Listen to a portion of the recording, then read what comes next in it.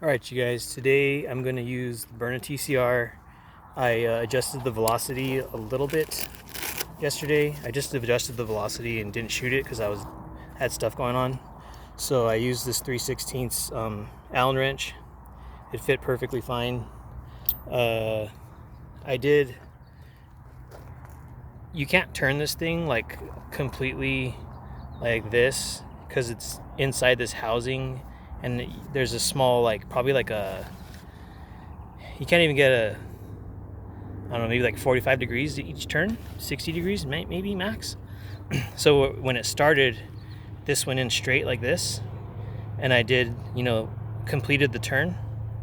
So that was like half of these little turns, and then I turned it two more complete turns. Like, so it's not even a full turn, it's more like a quarter turn each. But basically it was like here, I don't know if you guys can see it very good. It was all the way over to this way, and I turned it like this once, and then I took this out and put it back and then turned it again all the way.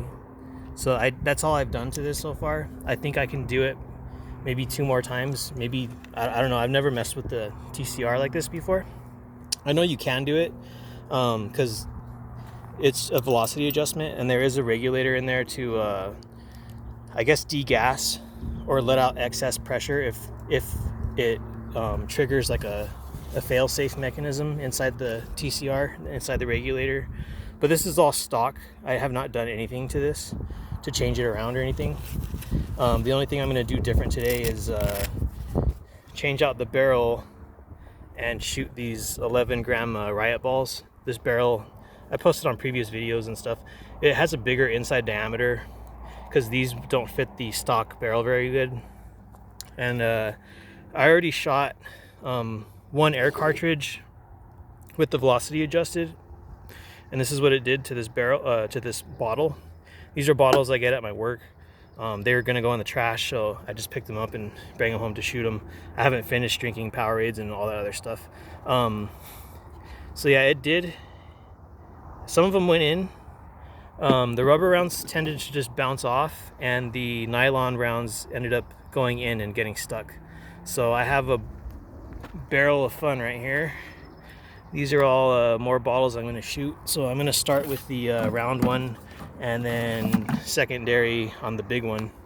I'm putting them right here. This is about 5 steps away from that table and my setup over there.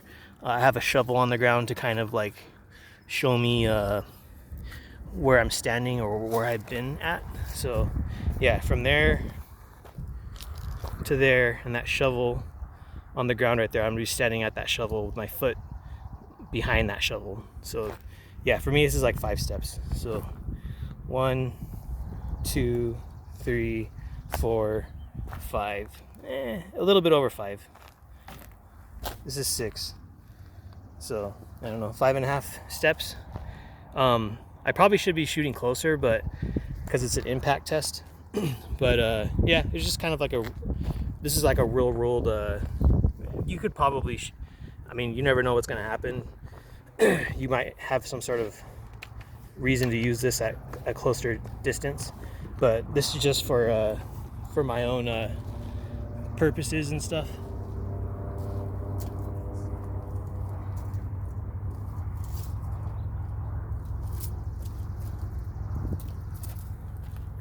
Okay, so right here I have the 7-round magazine.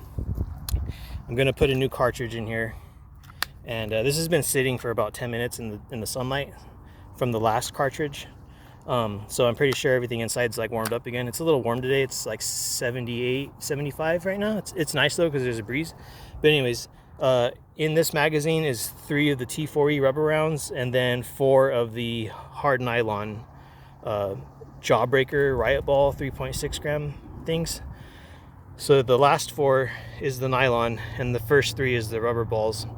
And I'm just using the Umarex cartridges. I just oiled this on the previous cartridge, so I'm just gonna throw one in there. It's on safety and this stuff right now. Safe is on. And this is the stock barrel because I just want to show you what the stock barrel, rubber rounds, nylon balls with the velocity turned up a little bit. And I'll see if I get the same results as I did from before. There's no way of knowing that, but I'm gonna try to figure out where I can put this camera where it's not in the way, because I can't shoot and aim at the same time and hold this camera.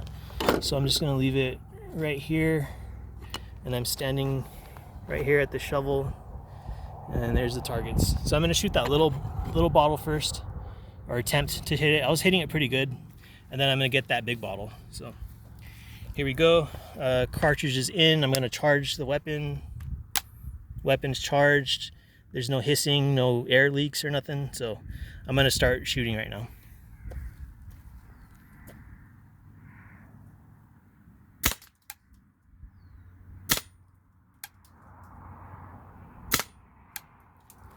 See, that was 3 rubber rounds, and I feel like the rubber, it's just so light. But when I shot these with the HDB, they were going in, but they weren't going out the back, but they were going in. So I'm pretty sure I hit it at least twice, and there's a dent right there, but there's no penetration. These are full of water. That one has water in it. So yeah, I'm gonna try it again. I'm gonna turn this around a little bit. Those bottles, they're not super thick, but they are not like brittle like the Powerades or the 2-liter soda containers. They have a little bit more of like sponginess or like a give to them. So yeah, I'm gonna shoot the other 4 nylon rounds at that same container, or attempt to. And like I showed you guys, I have a lot of these bottles, so if this video gets too long or whatever, I don't know what to tell you, sorry.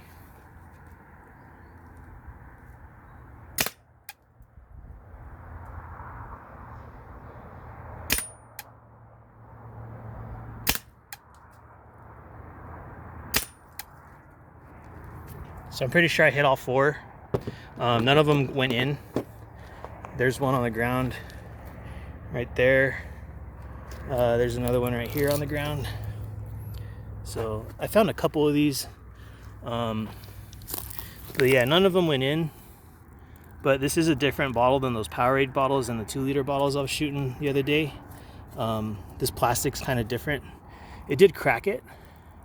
And you can see it leaking out. It cracked it, but it didn't penetrate. I feel like it's easier because this is a round target, so it's kind of just like bouncing off. It's not hitting a flat surface, so I feel like this has a better chance of actually penetrating because it's a flat surface. I think these are a little bit thicker than that one, but it's a flat container, so we'll see if I get any penetrating rounds. I'm gonna do I'll probably use the same 7-round mag. There's really no need right now to use the 12 rounder, and I'll just do all nylons this time. No rubber. So I'm just gonna load up the magazine.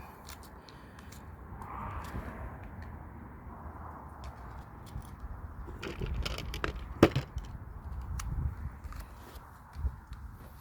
right, 7-round mag. It has all the 3.6 gram nylon Jawbreaker Riot ball things. They're from Amazon. They're $32 for 100 rounds. And this is the same CO2 cartridge. I haven't changed it. So this is shot number 8 through 14. And I'm hitting that flat bottle. So standing in the same spot next to the shovel. And yeah, here we go.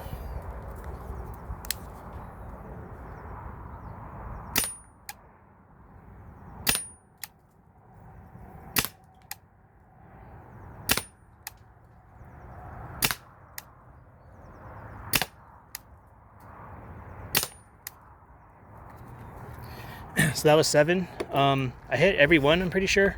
A couple of them bounced off. Some of them kind of came toward me, but not ridiculously close or nothing. I definitely ruptured that bottle. A couple of them went into these trees over here. I don't know where they went. But yeah, there you can see, you might be able to see. I mean, you can see the water, but there's 2 of them got stuck in there. And no blowouts on the back. no exit wounds, which is kind of what you want for a less lethal. You don't want it to, pierce somebody. But like I said, these bottles aren't that thin. They're pretty thick, and they're a little bit more spongy. They kind of have like more flex. They don't like crack easily. I kind of didn't want to use these because not everyone has access to these types of bottles. Some of them say Nalgene on the bottom. These ones say Capsure. But yeah, they're for like kind of like commercial industrial use, or like sometimes certain food products and stuff, they might be in these like kind of non-clear plastic. I think it's like polythylene and something else mixed together. But yeah, you can see some of the damage.